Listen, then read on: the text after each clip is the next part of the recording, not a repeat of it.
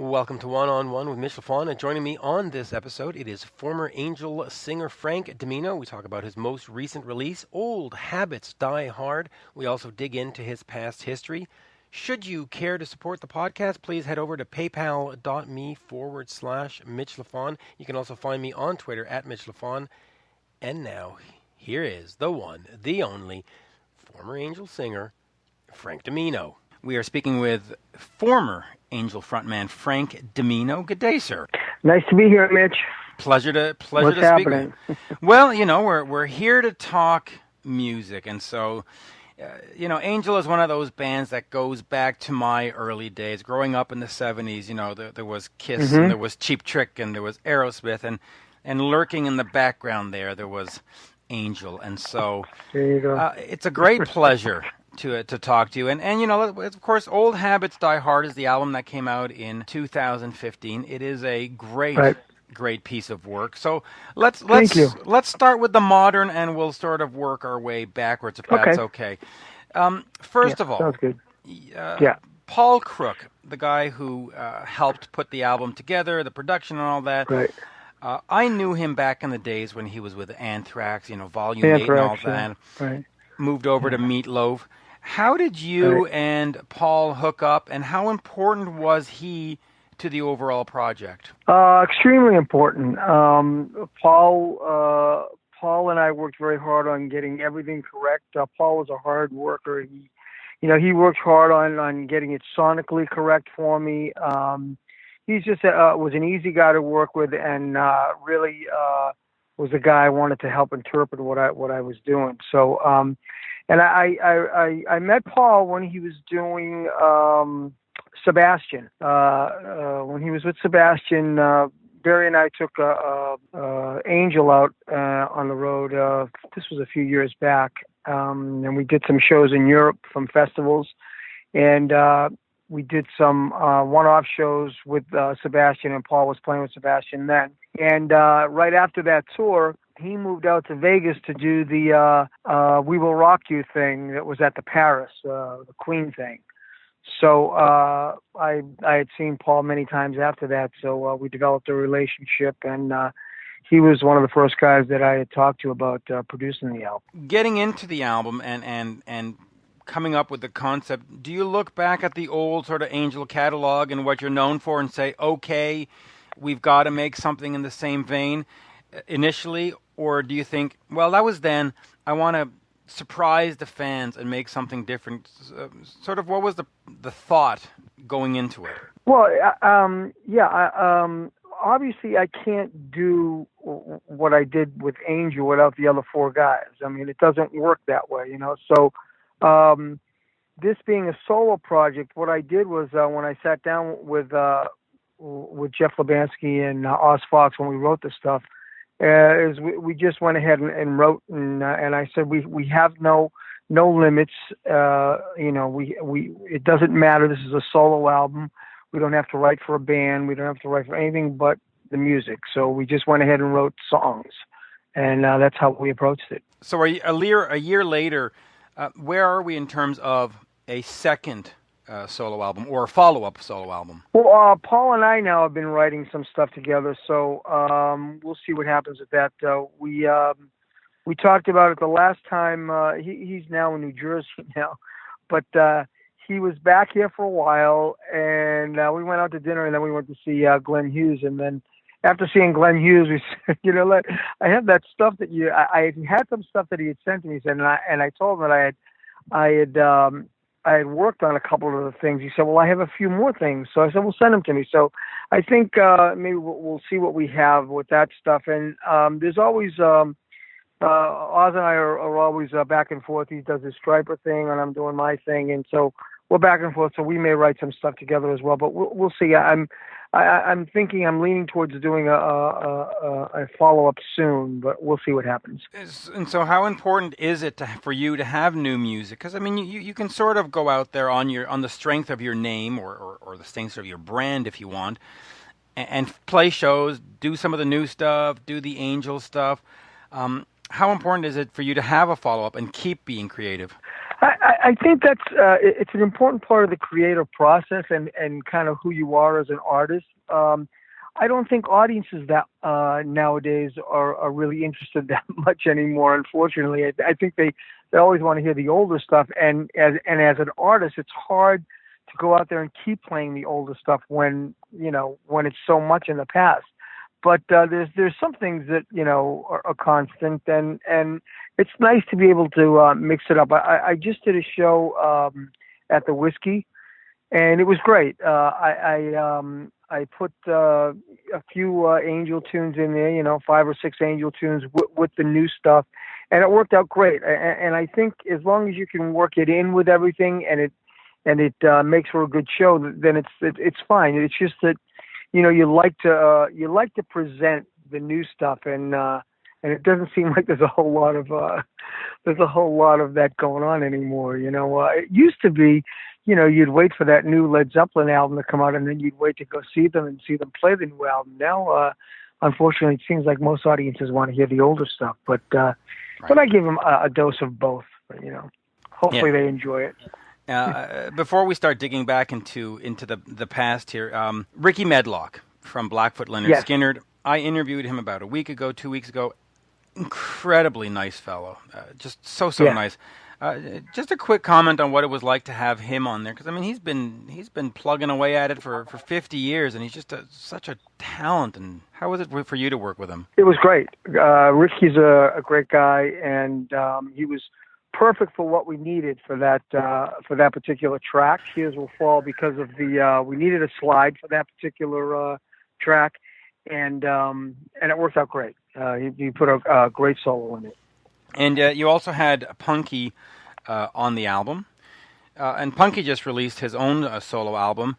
Is there a chance some point down the road that you and Punky might make sort of a co-album rather than just sort of guest on either other one's albums? It's an interesting thought. I mean, I don't know. I never thought about it, but it's an interesting thought.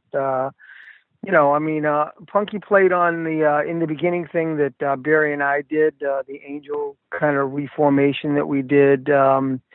So Punky and I always talk. So there's always a chance of us working together on whatever we do. So we'll see what happens. Yeah, that would be kind of exciting. So the other thing that made news not too long ago was there's going to be an Angel reunion, and then there was like, well, no. I was misquoted. Talk to me a little bit about that incident, and just now that it was sort of brought up in the media, how sort of for or against a reunion would you be? I'm there. If the rest of the guys want to do it, I'm there. I mean, I've never stopped singing, so I'm always doing something. And if the rest of the guys want to do a reunion, I'm certainly there. I'm there for everyone. The thing that happened with the misquote, I don't know how it was misquoted, but I mean, I was asked if there was going to be a reunion, and my answer was not right now. I mean, it's closer than it's ever been. We've talked about it more, but there's still things that Punky's doing his solo thing, I'm doing my solo thing. I said, but if we do it, it would have to be all 5 of us, and we'd have to do it the right way. And I said I agreed with Punky that if we did it, we'd do the whole show. But other than that, there's everyone has their lives to right now, and it's been such a long time since we've all played together. But it was great to be together, all 5 of us, on stage and in one room, because we hadn't all been together at one time for a long time. I mean, we always talk to each other, but we haven't all been in one room together. So that was a nice thing when we got the award. Yeah, that was great. Now, when you mean the 5, you would mean with, of course, Felix Robinson, because as we know, right. Mickey Jones passed away. Yeah. Right. Yeah, well, if I can ask you just quickly about that, how did that affect you? Because whether the guy left the band in '77 or not, you still had a relationship with him at some point. How was that when you heard the news? It's very tough. I knew Mickey and Barry for a long time. We put bands together before Angel, and we were in bands together. So, when something like that happens, it's a shock to your system, yeah, whether he was, walked away from Angel, or whether he was with us or not with us, when something like that happens, that's a totally different deal. So that was a shock to the system, Yeah, for all of us, actually. So let's go back to the early days. The story is that Gene Simmons of Kiss discovered you, but as we've gotten older and wiser, we seem to find that Gene's stories are sometimes overhyped or overvamped. How true is the story? Was he just in the bar when you guys played, or was there actually a business meeting and a connection, and I'm taking you two over to how important was Gene, and what was sort of the story? Well, I think the meeting itself was important because it came up later on. But what the story was that we were playing in a bar called Bogies, and Gordon Fletcher, who lived in the D.C. area, wrote album reviews and articles for Circus magazine and Rolling Stone magazine. And he was bringing down national acts from Largo Arena that were playing there because he loved Angel, and he said, and he told us that, he said, I'm going to start bringing some national acts down here to see you guys. So we said, oh, that would be great. And one of the bands that he brought down were the guys in Kiss. And they came down, they watched the show, and after the show, we sat down and talked with Gene and Paul, and Gene wanted us to sign with Bill Aucoin for management, but we had already just signed a management deal 2 weeks before that with David Joseph from Gem Toby. So that wasn't going to happen, and so we just had a conversation after that and talked more and more. And the next move was David brought us out to L.A. and we started rehearsing. We went into the studio to start recording the first album. The first record deal that we were going to sign was with Capitol, but before that, David had said that Neil Bogart was looking for acts. So he had called Neil, and he told Neil that he had a band, and that it was probably a band that he should look into signing. And Neil said, would I like to see them? And he said, well, you may not have to. He said, because the guys at Kiss saw them. So maybe you can give them a call and ask them about them, because they're not playing anywhere. They're just rehearsing right now. So I would assume that he had called Gene or Paul and talked to them, and because about an hour or so after that, he called up David and he said, I'll sign the band without having to see them. So that's how that whole deal went. And then what happened was we got a deal from Capitol. We decided that we were going to go with Capitol. We finished the album. We brought it to Capitol. We had a meeting with Rupert Perry and John Carter, and that didn't go that well. John wanted us to change some things on the album here and there, put more guitar, less keyboards, more of this, less of that. So we were kind of like, we felt kind of disoriented when we walked out of that meeting.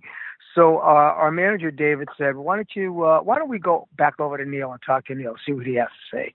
And of course, we went over to Neil, and Neil said all the right things, and we said we want to sign with Neil, of course. So that's how we ended up signing with Neil, and that's how the Gene connection goes with the Casablanca thing. Oh, and I hope I got it all right. It was actually a direct connection, but absolutely, yeah. Yeah. So let's talk Casablanca Records and Neil Bogart. He unfortunately passed away very, very young, 39 years old. But it was a wild and crazy time. I mean, that the record label, it was sort of run by the seat of his pants, and first it's Kiss, and then it's Donna Summer, and it's the Village People, and it's George Clinton's Parliament, and sort of all over the place. What was your experience with the record company? Did they service you well? Was it a giant mess? Was Neil great? Was Neil? I mean, how was the whole Casablanca thing for you? Neil was great. I mean, Okay. Neil was a one of a kind guy. I mean, he really was. I mean, he had vision. He did do things by the seat of his pants, which was unconventional, and sometimes it worked, sometimes it didn't. But the thing is that he had great enthusiasm, and that's always great when you from your record company. You know, when you're dealing with your record company, it's always great to feel that enthusiasm when you walk into the office. And David Joseph kind of shielded us a bit from Casablanca. You know, he always wanted to be an event when we walked into the offices and stuff. So it was always interesting to go to the office there, and it was great fun. You know. Yeah. Casablanca was certainly a unique label, right?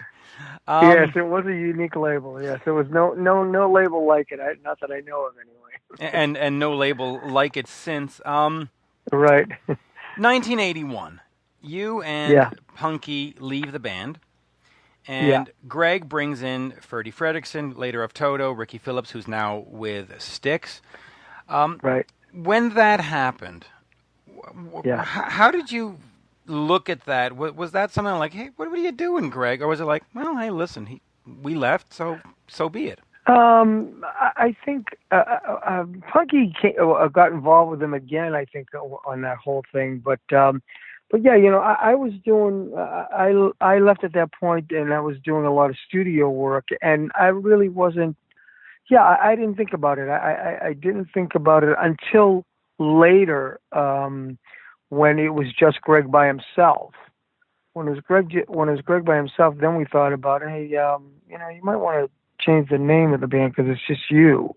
You know, it's no one else in the band. I think that was the Jufria time, maybe.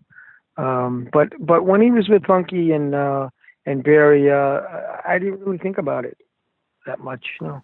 It wasn't. I was kind of busy at the time. No, I was busy at the time as well, so I guess I didn't think about it that much. You didn't think about it. Later on in the 90s, you reformed. You brought in Gordon Gerbert, who was, of course, Ace Frehley's sort of guy at the time, right? Talk to me about putting the band back together in the 90s, bringing in Steve Blaze, of course, of Lily and Axe. How did that go for you? It was, you know, it was basically playing with Barry. You know, I played with Barry for a long time, so it was Barry and I just trying to put things back together. You know, after actually, you know, when you go back to like 83, maybe somewhere in that area, 82, there was a version that Punky, Barry, and I were putting together with Paul Raymond. I had done a lot of stuff with Paul earlier, because when I would come off the road, Paul and I would work on some stuff, wrote some stuff together, did some studio things together with Mitch Perry and John Brandt, and Phil Chen did some stuff with us. So we always had a lot of people coming in and playing on some of the tracks that we wrote. And in that period, that transition period, Barry and Punky and I got back together for a while, and we had Paul for a while, and then that kind of fell apart. And then later on, Barry and I tried to put something together, and that was the incarnation with Randy Gregg and Steve Blaze. So that became viable because we had dates. So that's why we put that whole thing together. When we put the dates together, then it was easier to put the band together. And the reason why we did it with new guys is because the rest of the guys didn't want to do it. They didn't want to come out on the road again. They didn't want to play again. You know, we had asked Punky, and Punky didn't really want to come back out on the road. So by that time, it was the 90s, late 90s, and then we finally got back out on the road and did some festivals and stuff in 2000, somewhere in that area. So, but it was great to be out on the road again. I mean, I love playing live, so I've never stopped doing that. Somehow I find a way to play live, and that's what we were doing then. And get out there. Speaking of playing live, I recently interviewed Graham Bonnet, who's done stuff with Rainbow, of course, and Alcatraz. There is this talk that you and him might go out and do some kind of tour together. How close is that to being a reality? And if it is, how cool would that be for you to go out there with Greg? I mean, that would be Graham. That would be great. That would be great. I love Graham. You know, it's been very difficult. You know, the whole music industry is kind of like upside down right now, anyway. But it's been kind of difficult with with record companies being what they are, and live shows being difficult. The promoters don't want to really do shows unless they're guaranteed stuff. You know what I mean? It's almost like the pay to play stuff. In the clubs, they want bands to pay to play, and I never heard of that. Are you crazy? That doesn't work that way, man. I'm not doing that. But that's on the local end of things. But even to play live, there's promoters want guarantees with stuff, and it doesn't work that way for a national act. A national act has to get guarantees to go out there. So I think kind of joining forces with Graham might help the whole bit for both of us. So that's why we talked about doing that. So we'll see what happens with that. Yeah, we will. Angel, hell of a band, on earth as it is in heaven.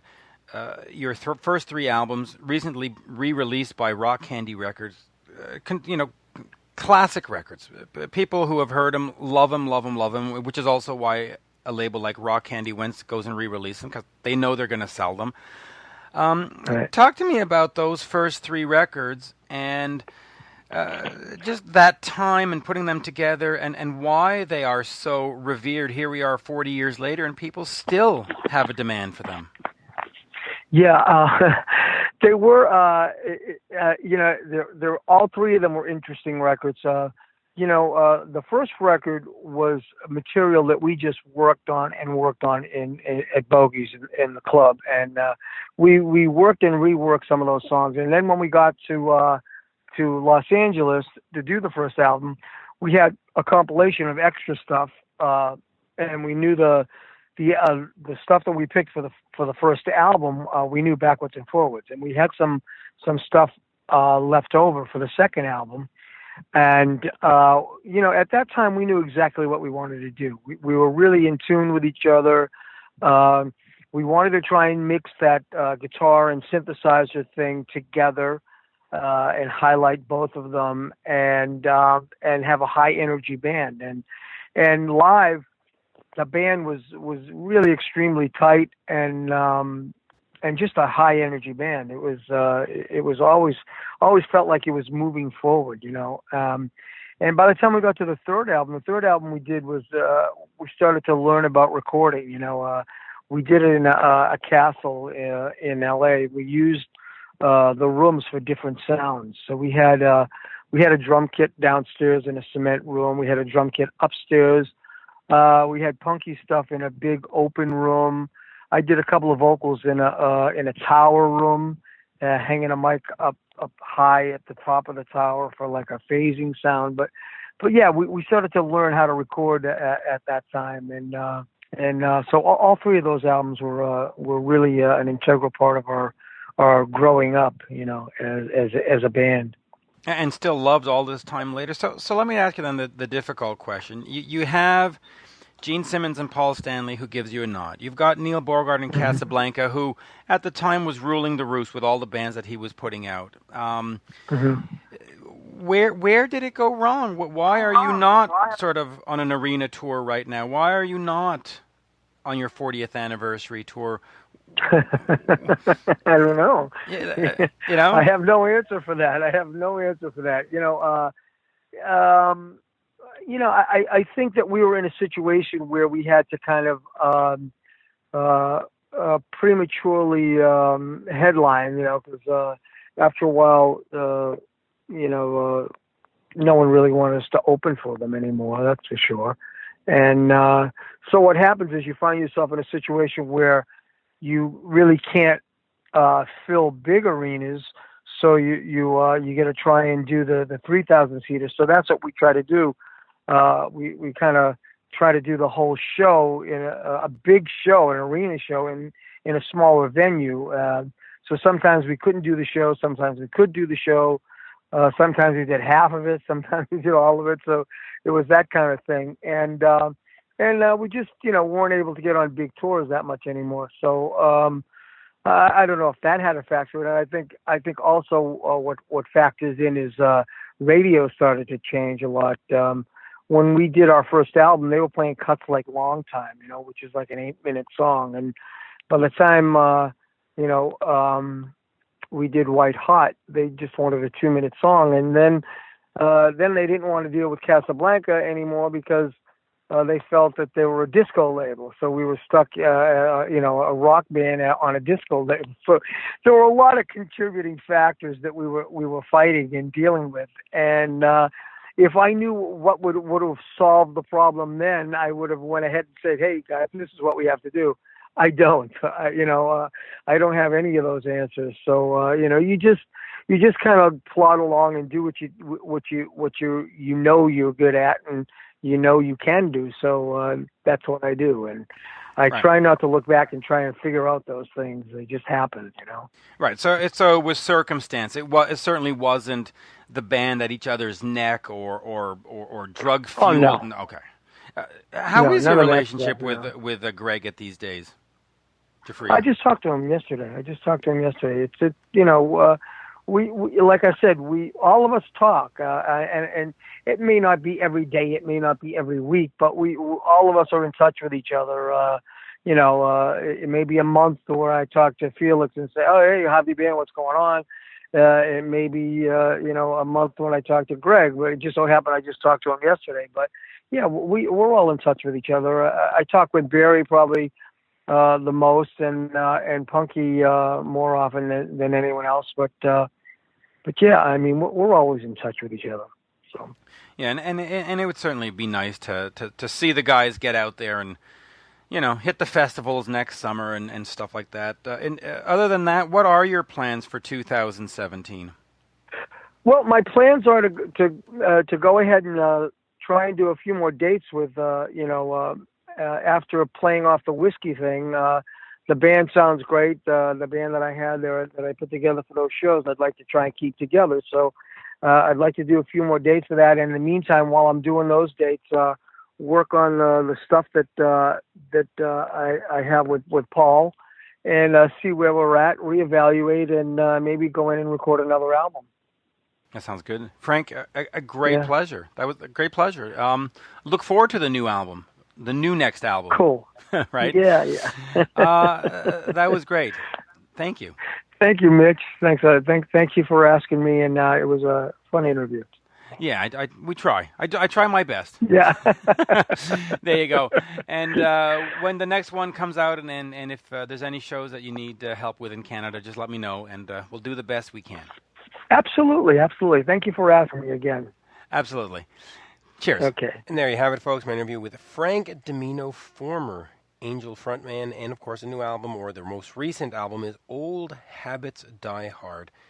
They certainly do. There you go. Follow me on Twitter at Mitch Lafon, MITCHLAFON. You can find me also on Instagram, Facebook, and almost anywhere at this point. There you go. Cheers. Bye for now. Oh my.